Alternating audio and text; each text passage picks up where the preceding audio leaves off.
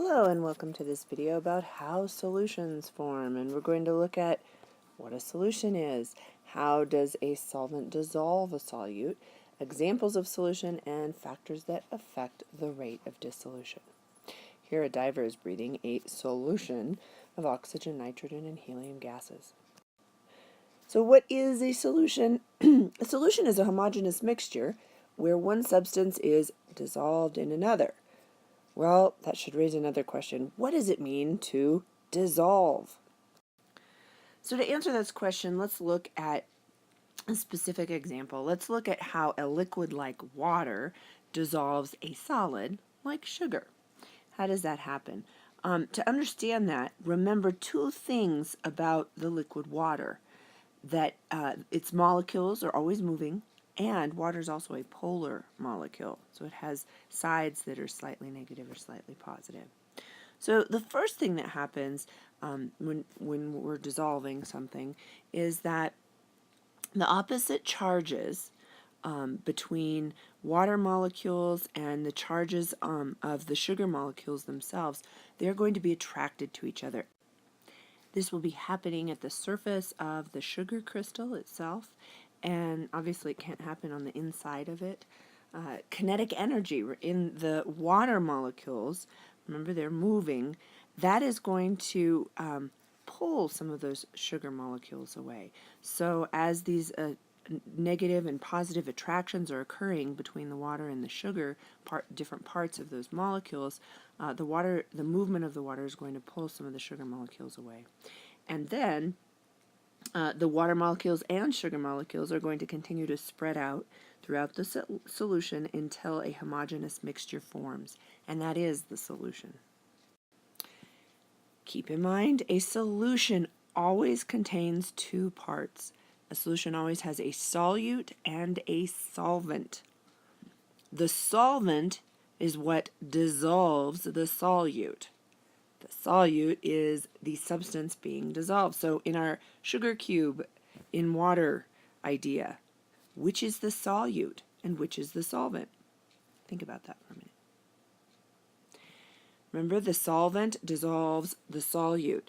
So the solvent is the water in this case. The solute is the substance being dissolved. That would be the sugar cube.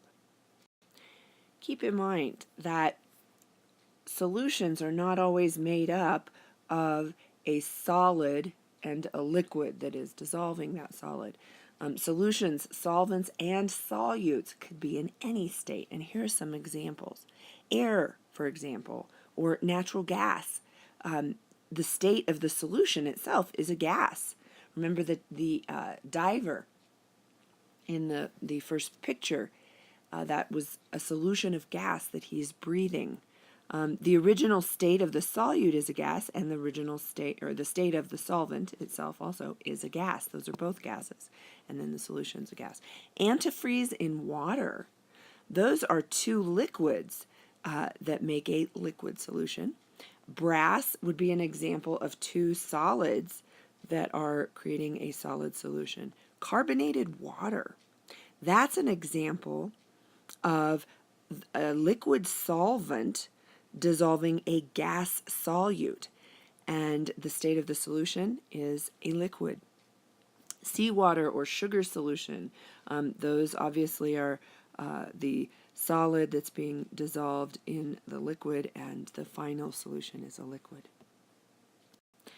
So you might think that, well, it's easy to see how gases could be dissolved in gases, and even gases dissolved in liquids, and they could spread out pretty easily, that process of dissolution. But what about solids? How does that work? Because the particles aren't very fluid. They don't move around very much. And so what happens in these solutions is that the solid metals are first melted, and then they're mixed together while they're still molten. And so in that liquid state, the atoms can spread out evenly, and then they will remain mixed after they have cooled. So what are some factors that affect how fast something dissolves? Well, there are three main factors that affect the rate of dissolution. Surface area is one. Think about the surface area of your solute, let's say sugar that we're dissolving in our liquid coffee. If we have a sugar cube, it doesn't have very much surface area. If we were to break that up into little tiny pieces, there would be much more surface area. All those little pieces have surface area around it. And why would that cause something to dissolve faster? Well, the increase in surface area would allow more solvent to come into contact with this solid solute. And so the speed of the dissolving process would increase. What about stirring? And you know this, you can stir that sugar in your coffee. It's going to dissolve faster when you stir it. And why does that speed up dissolving? Because it moves the solvent around it, and it then would bring more solvent into contact with the solute. And it causes the solute to dissolve faster. What about temperature? Here, what about hot coffee versus cold coffee or a cold drink? Temperature increases the rate of dissolving because it increases the kinetic energy of all of the molecules in the solvent. So they are able to dissolve that solute faster. If you combine all three of these, wow, you can really dissolve something fast. So here we have this person combining all three. Well, maybe, unless they're using sugar cubes. If they're using little tiny sugar crystals with the sugar cubes crushed up and they're stirring, and we have hot coffee, wow, they're really dissolving things fast. Advanced ideas. Research how vending machines verify size, weight, and electrical conductivity of coins. Interesting. What are some other examples of alloys? What is a surface coating chemist, and what types of products do they develop?